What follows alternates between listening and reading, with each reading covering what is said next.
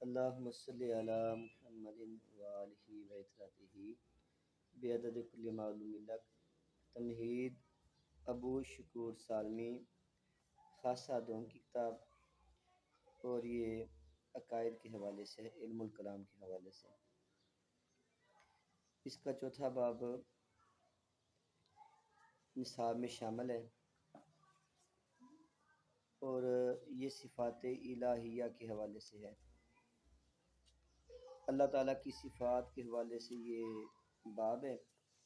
اس میں جو پہلا قول ہے وہ یہ ہے کہ اللہ کی صفات اللہ کی ذات کا عین ہے یا اللہ کی ذات کا غیر ہے۔ اللہ تعالیٰ قادر ہے، علیم ہے، سمیع ہے، بصیر ہے۔ اللہ تعالیٰ ارادہ کرنے والا ہے۔ تو خدا تعالیٰ کی بے شمار صفات ہیں، تو کیا اللہ تعالیٰ کی صفتیں یہ خدا کی ذات کا عین ہے یا غیر ہے؟ کچھ گروہ کہتے ہیں کہ اللہ کی صفات اللہ تعالیٰ کی ذات کا عین ہے، اور دلیل یہ دیتے ہیں کہ اللہ تعالیٰ قدیم مع صفات ہی ہے۔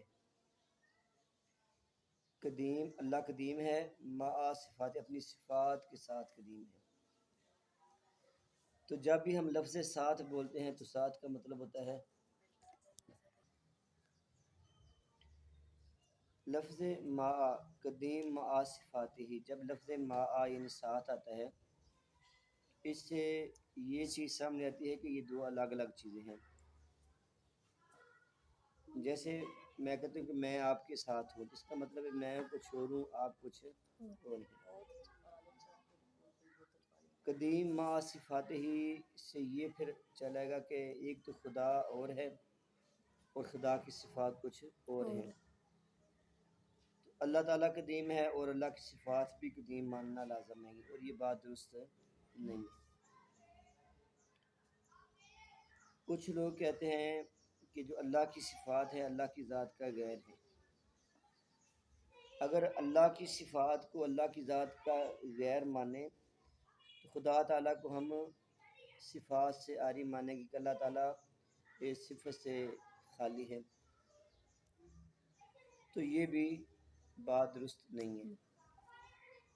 دو مذہب میں نے بیان کیے، اگر یہ کہیں کہ اللہ کی صفات اللہ کی ذات کا عین ہے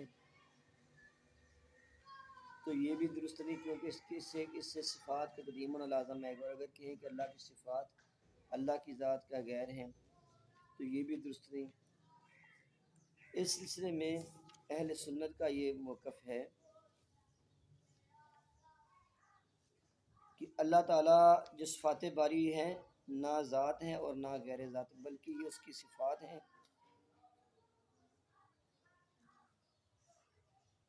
تو جب سے اللہ ہے تب سے اس کی صفات بھی ہیں، اور اللہ اپنی شان کے مطابق، اللہ رب العزت اپنی شان کے مطابق ان صفات سے موصوف بالوصف، موصوف بالصفت ہے۔ اللہ تعالیٰ ان صفات کے ساتھ موصوف بالصفت ہے۔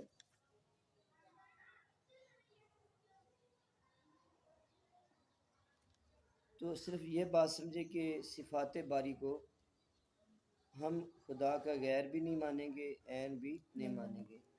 غیر مانیں گے تو تعدد الہ لازم آئے گا، کہیں خدا کا ہونا لازم آئے گا۔ عین مانیں گے تو صفات کا قدیم ہونا لازم آئے گا۔ تو ہم کہیں گے کہ اللہ تعالیٰ موصوف بالصفت ہے، صفت کے ساتھ متصف ہے۔ یعنی اللہ تعالیٰ کی شان یہ ہے کہ اللہ تعالیٰ کے اندر یہ صفتیں خود بخود ہیں۔ چلیں بند کر دیتے ہیں۔ اللہ تعالیٰ کی صفات کے حوالے سے جو دوسرا قول ہے اور جو دوسری بات ہے کہ اللہ تعالیٰ کی جو صفات ذاتیہ ہیں وہ کون سی ہیں، اور جو صفات فعلیہ ہیں وہ کون سی ہیں۔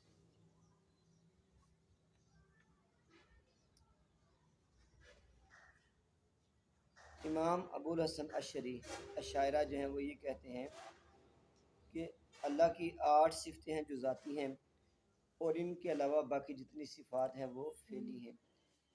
ذاتی اور فعلی کا مطلب یہ ہے کہ ذاتی یہ مین صفات ہیں، اور جو فعلی ہیں وہ ان صفات کے نیچے آتی ہیں۔ جو بنیادی طور پر اللہ تعالیٰ کی صفات ہیں وہ 8 ہیں، اور یہ 8 کی 8 صفات قدیم بھی ہیں۔ پہلی حیات یعنی زندگی، اللہ ہمیشہ سے زندہ ہے۔ قدرت، اللہ ہمیشہ سے قادر ہے۔ علم، اللہ ہمیشہ سے جاننے والا ہے۔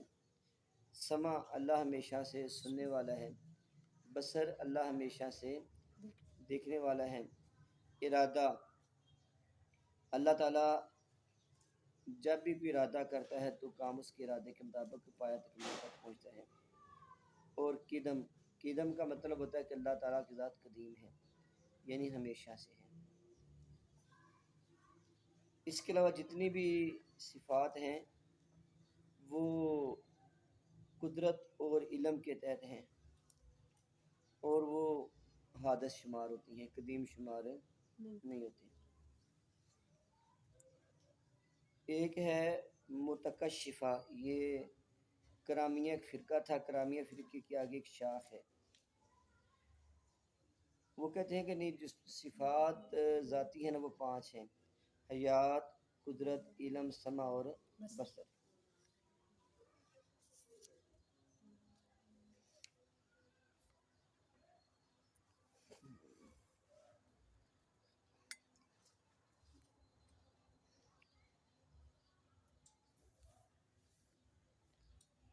یہاں پر ایک اور بات قابل غور ہے، کچھ گروہ یہ کہتے ہیں کہ اللہ تعالیٰ کی یہ صفات جو ہیں یہ قدیم نہیں ہیں۔ اگر ہم اللہ تعالیٰ کی صفات کو قدیم نہ مانیں تو پھر اس پہ اللہ تعالیٰ کے الہ ہونے پہ اعتراض آئے گا۔ ان کا خیال یہ ہے کہ جب اللہ تعالیٰ کو کسی چیز کا علم ہوا تو اللہ تعالیٰ صاحب علم ہوا، یا اللہ تعالیٰ نے جب چیز بنائی تو وہ قادر ہوا۔ چیز بننے سے جب اللہ نے کسی چیز کو دیکھا تو وہ بصیر ہوا، جب کسی کو سنا تو سمیع ہوا۔ تو کہتے ہیں کہ سمیع کا مطلب سننے والا، سنے گا تو سمیع ہوگا، دیکھے گا تو بصیر ہوگا۔ تو جب کائنات میں کچھ بھی نہ تھا سوائے رب کی ذات کے، تو اللہ کس کو دیکھتا، کس کو سنتا، کس پہ ارادہ کرتا جب کچھ چیز تھی نہیں؟ اس کا ہم اہل سنت یہ جواب دیتے ہیں، ایک ہوتی ہے صفت کا ہونا اور ایک ہوتا ہے صفت کا اظہار ہونا۔ مثال کے طور پر آپ کو گاڑی چلانی آتی ہے، لیکن اگر آپ گاڑی نہ چلائیں تو اس سے یہ فرق نہیں پڑتا کہ آپ ڈرائیور نہیں ہیں۔ بات کا بندے کے اندر وصف ہوتا ہے، لیکن اس وصف کا اظہار نہیں تب ہوتا ہے کہ جب موقع آئے۔ وصف ہونا اور ہے اور وصف کا ظہور ہونا اور ہے۔ ایک بندہ درزی کا کام جانتا ہے، کسی کو پتہ نہیں کہ یہ درزی ہے یا درزی نہیں ہے۔ جب وہ کپڑے سیے گا لوگوں کو تب پتہ چلے گا کہ یہ تو درزی بھی ہے۔ تو لوگوں کی نظر میں وہ درزی تب ہوا جب لوگوں کو پتہ چلا، لیکن اس کا مطلب یہ نہیں کہ وہ درزی تھا نہیں۔ کسی کام کو کرنے سے کام کا ظہور تو ہوتا ہے، لیکن اس کا مطلب یہ نہیں کہ وہ پہلے اس چیز سے متصف نہیں تھا۔ یہاں میں اس کی ایک اور مثال دیتا ہوں۔ نبی پاک صلی اللہ تعالیٰ علیہ وسلم نے 40 سال کی عمر میں اعلان نبوت فرمایا۔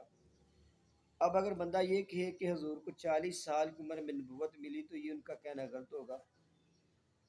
نبی تو آپ جب دنیا میں نہیں تھے تب بھی نبی تھے، عالم ارواح میں بھی نبی تھے۔ وَإِذَا أَخَذَ اللَّهُ مِيثَاقَ النَّبِيِّينَ، اللہ نے جب نبیوں سے میثاق لیا تو یہ میثاق عالم ارواح میں لیا تھا، وہ تو عالم ارواح میں بھی نبی تھے۔ تو نبی تو شروع سے تھے، لیکن نبوت کا ظہور 40 سال کی عمر میں ہوا۔ اللہ تعالیٰ کی صفات تو ہمیشہ سے ہیں، وہ موصوف بھی صفت ہے، صفت اللہ کی ذات کے ساتھ قائم ہے، تو وہ جب موصوف سے بھی صفت ہے تو اگر ہمیں بعد میں پتہ چلا تو یہ ہمارا قصور ہے، اللہ تعالیٰ کی صفت کا قصور نہیں ہے۔ تو جب سے رب کی ذات ہے تب سے اس کی صفات بھی ہیں۔ تو یہ کہنا کہ جب اللہ نے دیکھا تو بصیر ہوا، سنا تو سمیع ہوا، یہ درست نہیں ہے۔ وہ اس صفت کے ظہور کا وقت ہے۔ تو صفت کا ظہور ہونا اس بات کی منافی نہیں کہ بندے کے اندر یہ پہلے سے صفت نہیں تھی۔ تیسرا قول یہ ہے کہ اللہ تعالیٰ ہمیشہ سے خالق ہے۔ تو یہ جملہ اس لیے صاحب کتاب نے لکھا کہ اشعریہ اور کرامیہ کا یہ مسلک ہے، اللہ تعالیٰ جب تک مخلوق کو پیدا نہ کرے تب تک وہ خالق نہیں ہے۔ یہ اشعریہ اور کرامیہ کا موقف ہے۔ وہ کہتے ہیں کہ اللہ خالق تب ہے جب کوئی چیز تخلیق فرمائے گا۔ ہم اہل سنت و جماعت کہتے ہیں کہ نہیں، اللہ ہمیشہ سے خالق ہے۔ تو وہی بات جو میں نے پہلے کی کہ اللہ کی صفت تخلیق کا ظہور تب ہوا جب اس نے کسی چیز کی تخلیق فرمائی۔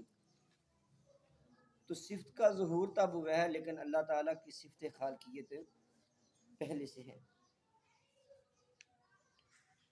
یہاں پر ایک اور بات ہے، اللہ تعالیٰ کی تو بہت صفات ہے، اللہ تعالیٰ خالق بھی ہے، قادر بھی ہے، سمیع ہے، بصیر ہے۔